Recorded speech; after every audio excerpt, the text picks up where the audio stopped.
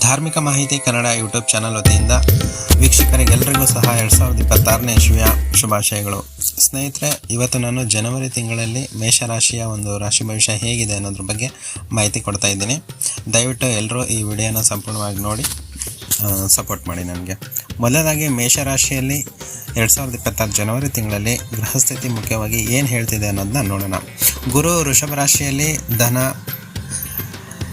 ವೃಷಭ ರಾಶಿಯಲ್ಲಿ ಇರೋದ್ರಿಂದ ನಿಮಗೆ ಧನಾಗಮನ ಮತ್ತು ಹೊಸ ಒಂದು ಅವಕಾಶಗಳು ಸಿಗ್ತವೆ. ನಿಮ್ಮ ಕೈ ಹಾಕಿದ ಕೆಲಸಗಳಲ್ಲಿ ಯಶಸ್ಸು ಖಂಡಿತ ಸಿಗುತ್ತೆ.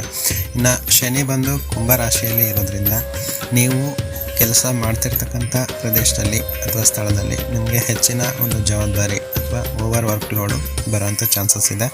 ಸೊ ಕೆಲಸ ಜವಾಬ್ದಾರಿ ಜಾಸ್ತಿ ಇದೆ ಅಂದರೆ ಕೆಲಸ ನೀವು ಮಾಡಲೇಬೇಕು, ಇಷ್ಟಪಟ್ಟು ಮಾಡ್ತೀರಾ. ಸೊ ಆ ಕೆಲಸದಿಂದ ನಿಮಗೆ ಲಾಭ ಕೂಡ ಜಾಸ್ತಿ ಆಗುತ್ತೆ. ಇನ್ನು ರಾಹು ಮೇಷದಲ್ಲಿ ಇರೋದ್ರಿಂದ ನೀವೇನಾದರೂ ಹೊಸ ಒಂದು ನಿರ್ಧಾರನ ತಗೋಬೇಕು ಅಂತ ಅಂದರೆ ಧೈರ್ಯ ಸಿಗುತ್ತೆ. ನಿಮಗೆ ಚಿಕ್ಕ ಪುಟ್ಟ ಒತ್ತಡ ಇರುತ್ತೆ, ಬಟ್ ಧೈರ್ಯ ಇರೋದ್ರಿಂದ ನೀವೇನೇ ಒಂದು ಹೊಸ ನಿರ್ಧಾರ ತಗೋಬೇಕು ಇದು ನಿಮಗೆ ಸಪೋರ್ಟ್ ಮಾಡುತ್ತೆ.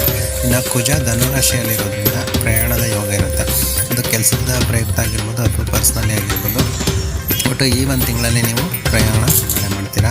ಮತ್ತು ಈ ಒಂದು ತಿಂಗಳಲ್ಲಿ ಕುಜನ ಧನುರಾಶಿಯಲ್ಲಿರೋದ್ರಿಂದ ಸೆಲ್ಫ್ ಕಾನ್ಫಿಡೆನ್ಸ್ ಜಾಸ್ತಿ ಆಗುತ್ತೆ ನಿಮಗೆ.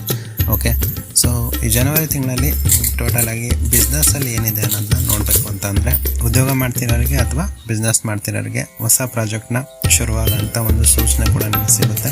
ಹೊಸದಾಗಿ ಏನಾದರೂ ಮಾಡಬೇಕು ಅಂದರೆ ಪ್ರಯತ್ನ ಪಡಿ, ಒಳ್ಳೆಯದಾಗುತ್ತೆ. ಮೇಲಧಿಕಾರಿಗಳಿಂದ ಅಂದರೆ ಉದ್ಯೋಗ ಮಾಡ್ತಿರೋರಿಗೆ ನಿಮ್ಮ ಮೇಲೆ ಏನು ಅಧಿಕಾರಿಗಳು ಇರ್ತಾರೆ ಅವ್ರ ಕಡೆಯಿಂದ ನಿಮಗೆ ಅಪ್ರಿಷಿಯೇಟ್ ಸಿಗುತ್ತೆ. ಸೊ ಮೆಚ್ಚುಗೆ ಕೂಡ ಸಿಗುತ್ತೆ ಅಂತ ಹೇಳ್ಬೋದು. ಇನ್ನು ನೀವು ಸ್ವಂತ ಬಿಸ್ನೆಸ್ ಮಾಡ್ತಿದ್ದೀರಾ ಅಂತಂದರೆ ಹೊಸ ಡೀಲ್ ಸಿಗ್ಬೋದು. ಅವು ಕೆಲವಕ್ಕೂ ನೀವು ಅವಕಾಶ ಸಿಕ್ಕಿದಾಗ ಉಪಯೋಗಿಸ್ಕೊಳ್ಳಿ. ಹೊಸ ಗ್ರಾಹಕರು ಸಹ ನಿಮಗೆ ಅಂದರೆ ಒಬ್ಬ ಕ್ಲೈಂಟ್ಗಳು ಸಹ ಸಿಗ್ತಾರೆ. ಇನ್ನು ವಾಪಸ್ಸು ನೀವೇನಾದರೂ ಅಮೌಂಟ್ ಏನಾದರೂ ಬೇರೆಯವ್ರಿಗೆ ಕೊಟ್ಟಿದ್ರಿ ಅಂದರೆ ತಿರುಗು ಬರೋ ಅಂಥ ಚಾನ್ಸಸ್ ಕೂಡ ಜಾಸ್ತಿ ಇದೆ ಈ ಒಂದು ತಿಂಗಳಲ್ಲಿ. ಇನ್ನು ಹಣ ಅಥವಾ ಒಂದು ದಾನದ ಭಾಗ್ಯ ಅಂದರೆ ನಿಮಗೆ ಹಣಕಾಸಿನ ವಿಚಾರದ ಬಗ್ಗೆ ಮಾತಾಡಬೇಕಂತಂದರೆ ಜನವರಿ 15ನೇ ತಾರೀಕು ಆದಮೇಲೆ ನಿಮ್ಮ ಕೆಲವೊಂದು ಬಿಸ್ನೆಸ್ಗಳಲ್ಲಿ ಲಾಭ ಆಗೋಂಥ ಚಾನ್ಸಸ್ ಜಾಸ್ತಿ ಇದೆ. ನಮ್ಮ ಭೂಮಿ ಮನೆ ವಿಚಾರದಲ್ಲಿ ಮಾತಾಡಬೇಕು ಅಂದರೆ ನೀವು ಅದ್ರ ಬಗ್ಗೆ ಮಾತುಕತೆ ಆಡಬೇಕು ಅಂತ ಅಂದ್ಕೊಂಡ್ರೆ ಈ ಒಂದು ತಿಂಗಳಲ್ಲಿ ಮಾತುಕತೆ ಮಾಡಿ ಭೂಮಿ ತೊಗೊಳ್ಳೋ ವಿಚಾರ ಆಗಲಿ, ಮಾರೋ ವಿಚಾರ ಆಗಲಿ, ಮನೆ ಕಟ್ಟೋ ವಿಚಾರ ಆಗಲಿ ಅಥವಾ ಕಟ್ಟಿಸ್ಬೇಕು ಅಂತ ನೀವೇನಾದರೂ ಪ್ಲ್ಯಾನ್ ಮಾಡಿದ್ರಿ ಅಂದರೆ ಈ ಒಂದು ತಿಂಗಳಲ್ಲಿ ಒಳ್ಳೆಯದಾಗುತ್ತೆ. ಇನ್ನು ಫ್ಯಾಮಿಲಿಲಿ ಎಕ್ಸ್ಪೆನ್ಸ್ ಜಾಸ್ತಿ ಆಗುತ್ತೆ. ಖರ್ಚು ವೆಚ್ಚ ನೀವೇ ಕಡಿಮೆ ಮಾಡ್ಕೊಂಡ್ರೆ ಒಳ್ಳೆಯದು. ಇನ್ನು ಕುಟುಂಬದ ಬಗ್ಗೆ ಅಥವಾ ಪ್ರೀತಿ ಪ್ರೇಮ ವೈವಾಹಿಕ ಜೀವನದ ಬಗ್ಗೆ ಮಾತಾಡಬೇಕು ಅಂದರೆ ಪ್ರೀತಿಯಲ್ಲಿ ನಿಮಗೆ ಏನು ತೊಂದರೆ ಇರೋಲ್ಲ, ಚೆನ್ನಾಗಿರುತ್ತೆ.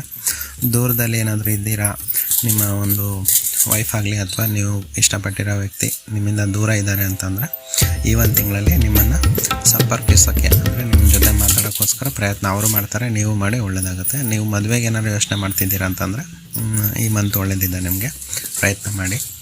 ಕುಟುಂಬದ ವಿಚಾರಕ್ಕೆ ಬರೋದಾದರೆ ಮನೆಯಲ್ಲಿ ಏನಾದರೂ ಒಂದು ಒಳ್ಳೆ ಫಂಕ್ಷನ್ ಅಂದರೆ ಒಂದೇನೋ ಒಂದು ಪ್ರೋಗ್ರಾಮ್ ಮಾಡ್ತೀರೇನೋ, ಸಣ್ಣ ಪುಟ್ಟ ಕಾರ್ಯ ನಡೀತೈತೆ. ಇನ್ನು ಹಿರಿಯರಿಂದ ನಿಮಗೆ ಆಶೀರ್ವಾದ ಕೂಡ ಸಿಗುತ್ತೆ. ಕುಟುಂಬದಲ್ಲಿ ಈ ತಿಂಗಳು ಪೂರ್ತಿ ಸಂತೋಷದ ವಾತಾವರಣನೇ ಇರುತ್ತೆ ಅಂತ ಹೇಳ್ಬೋದು. ಇನ್ನು ನಿಮಗೆ ಲಕ್ಕಿ ಏನು ಈ ತಿಂಗಳ ಲಕ್ ಅಂದರೆ ದಕ್ಷಿಣ ಅಥವಾ ಪಶ್ಚಿಮ ದಿಕ್ಕಿಗೆ ನೀವು ಟ್ರಾವೆಲ್ ಮಾಡೋಂಥ ಚಾನ್ಸಸ್ ಜಾಸ್ತಿ ಇದೆ ಈ ಒಂದು ತಿಂಗಳಲ್ಲಿ. ನೆನ್ಪಿಟ್ಕೊಳ್ಳಿ, ದಕ್ಷಿಣ ಮತ್ತು ಪಶ್ಚಿಮ ದಿಕ್ಕಿಗೆ ನೀವು ಟ್ರಾವೆಲ್ ಮಾಡ್ತೀರಾ, ಬಟ್ ಕೇರ್ಫುಲ್ ಆಗಿರಿ. ಅಕಸ್ಮಾತಾಗಿ ಟ್ರಿಪ್ ಬಂದುಬಿಡುತ್ತೆ, ಸೊ ಆ ಟ್ರಿಪ್ಪಿಗೆ ಹೋಗ್ತೀರಾ. ಈ ಒಂದು ತಿಂಗಳಲ್ಲಿ ಅದೃಷ್ಟದ ಸಂಖ್ಯೆ ಬಂದು 1 ಮತ್ತು 9. ಅದೃಷ್ಟದ ಕಲರ್ ಬಂದುಬಿಟ್ಟು ರೆಡ್ ಆಗಿರುತ್ತೆ. ಕೆಂಪು ಕಲರ್ ಬಟ್ಟೆ ಅಥವಾ ಕೆಂಪು ಕಲರ್ ಖರ್ಚನ್ನ ನೀವು ಇಟ್ಕೊಳೋದ್ರಿಂದ ನಿಮಗೆ ತುಂಬ ಒಳ್ಳೆಯದಾಗುತ್ತೆ. ಆರೋಗ್ಯದ ವಿಚಾರದ ಬಗ್ಗೆ ಮಾತಾಡಬೇಕು ಅಂತಂದರೆ ತಲೆನೋವು, ಶೀತ ಕಾಮನ್ ಆಗಿದ್ದೇ ಇರುತ್ತೆ, ಒಮ್ಮೊಮ್ಮೆ ಮತ್ತೆ ಹೋಗುತ್ತೆ. ಅದು ಬಿಟ್ಟರೆ ಇನ್ನೇನು ಆ್ಯಸಿಡಿಟಿ ಜಾಸ್ತಿ ಆಗೋಂಥ ಚಾನ್ಸಸ್ ಇದ್ದಾವೆ. ಅವನ್ನೆಲ್ಲ ನೀವು ಆಗಿಂದಾಗಲೇ ಕೇರ್ ಮಾಡ್ಕೊತ ಹೋಗಬೇಕು. ಇನ್ನು ಟೋಟಲಾಗಿ ಈ ಒಂದು ಮಂತಲ್ಲಿ ಪರಿಹಾರ ಏನು ಹೇಳಬೇಕು ಅಂತಂದರೆ ನೀವು ಹನುಮಾನ್ ಚಾಲೀಸ ಓದಬೇಕು. ಇಲ್ಲ ಅಂತಂದರೆ ಮಂಗಳವಾರ ನೀವು ಒಂದು ಬೇಳೆ ಇರುತ್ತಲ್ಲ, ಅಥವಾ ಮಂಗಳವಾರ ನೀವು ಆಂಜನೇಯನ ದೇವಸ್ಥಾನಕ್ಕೆ ಹೋಗಿ ಬರೋದ್ರಿಂದ ಕೂಡ ಒಳ್ಳೆಯದಾಗುತ್ತೆ. ಮತ್ತು ಆ ಒಂದು ದೇವರಿಗೆ ಕೆಂಪು ಹೂಗಳನ್ನು ಅರ್ಪಿಸೋದ್ರಿಂದ ಕೂಡ ನಿಮಗೆ ಒಳ್ಳೆಯದಾಗುತ್ತೆ ಅಂತ ಹೇಳ್ಬೋದು.